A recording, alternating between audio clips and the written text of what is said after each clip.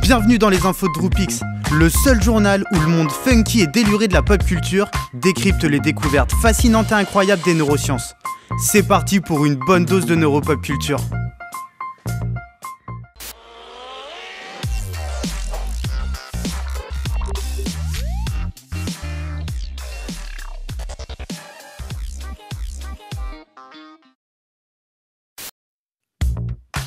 Rassurez-vous, c'est pas Angelina et Brad qui s'embrouillent là. C'est un extrait du film Mr. et Mrs. Smith où ils incarnent un couple avec des disputes plus qu'explosives. Justement, des chercheurs de l'université du Delaware ont cherché à comprendre l'impact des embrouilles sur la vie de couple. Une des découvertes qu'ils ont fait a été publiée dans la revue Clinical Psychological Science. Tu me casses les couilles! Ouais, mais vas-y, c'est bon! Une embrouille fait augmenter la quantité d'une hormone particulière dans le sang, la gréline. Et la gréline, c'est l'hormone qui donne la dalle, en mode grosse fringale. Autrement dit, c'est biologique d'avoir faim après une dispute entre amoureux. Et vu comment c'est intense chez les Smiths, c'est le frigo qui doit prendre cher. Perso, je vois qu'une seule solution efficace. Être célibataire. Sheldon Cooper, plus sûr que lui, tu meurs. Bazinga! D'un côté, le chercheur star de la série Big Bang Theory a une opinion sur tout. Mais en plus, il a une assurance à 1000% en ses opinions, pas évident. Comment expliquer ça? Dans Nature Neuroscience, des chercheurs parisiens du CNRS et de l'INSERM ont fait une découverte.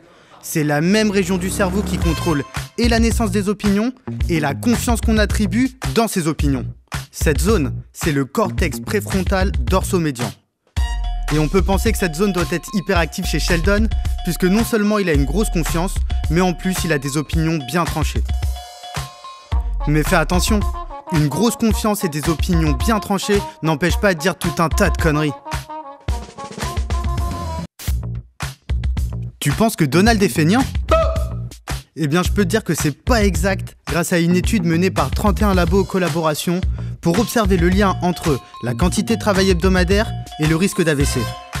Et c'est plutôt sérieux, puisqu'ils ont fait leur observation sur 600 000 personnes dans le monde entier, publiées dans la revue Lancet.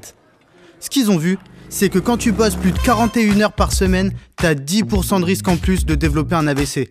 Et si tu bosses carrément plus de 55 heures, c'est 33% de risque en plus. Donc Donald, c'est pas un flemmard, c'est juste un canard prudent. Hey Cyril, fais gaffe à l'AVC, il te pend au nez. Bonjour, monsieur, dame, ici le lieutenant Colombo. Ah, Colombo, détective célèbre mort d'Alzheimer. Bah justement, des chercheurs de l'hôpital de neurologie de Londres ont publié dans Nature une étude digne d'une enquête policière. On pensait qu'Alzheimer prend du temps à apparaître et c'était ce qui explique qu'elle se déclare qu'après 60 ans. Mais des chercheurs ont été confrontés à 8 décès de jeunes patients qui présentaient des lésions comme Alzheimer. Leur seul point commun, ils ont tous eu un traitement aux hormones de croissance. C'est la première fois qu'on observe une forme transmissible d'Alzheimer par acte médical. C'est ma femme qui va être contente. Et ouais, entre la recherche scientifique et l'investigation policière, y a qu'un pas. De mémoire, j'ai quasiment jamais vu le capitaine Haddock sans un verre d'alcool à la main. Oh, et puis tonnerre de Brest. T'énerve pas, capitaine, je sais peut-être d'où ça vient. Et si c'était à cause du sport ? Une étude a été réalisée dans l'université de Pennsylvanie sur 150 hommes et femmes de 18 à 89 ans, il y avait de tout.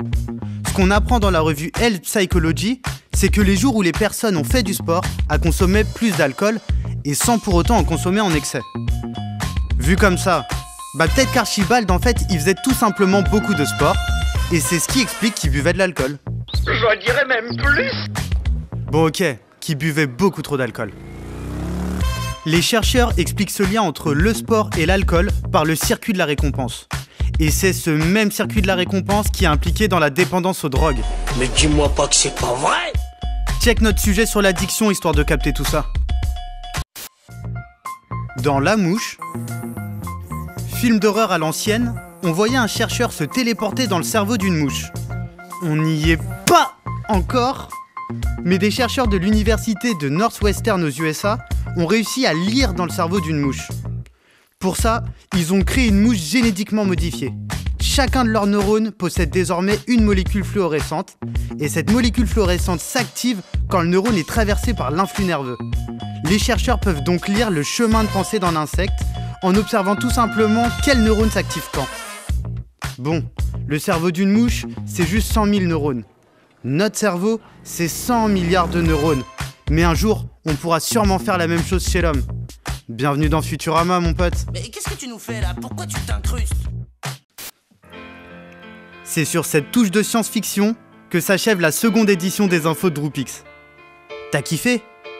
Viens me voir sur ma page Facebook ou sur mon profil Twitter pour avoir plus d'actu Neuropop.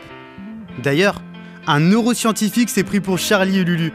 Il s'est tripé à créer une formule mathématique pour faire un classement des musiques qui rendent le plus heureux.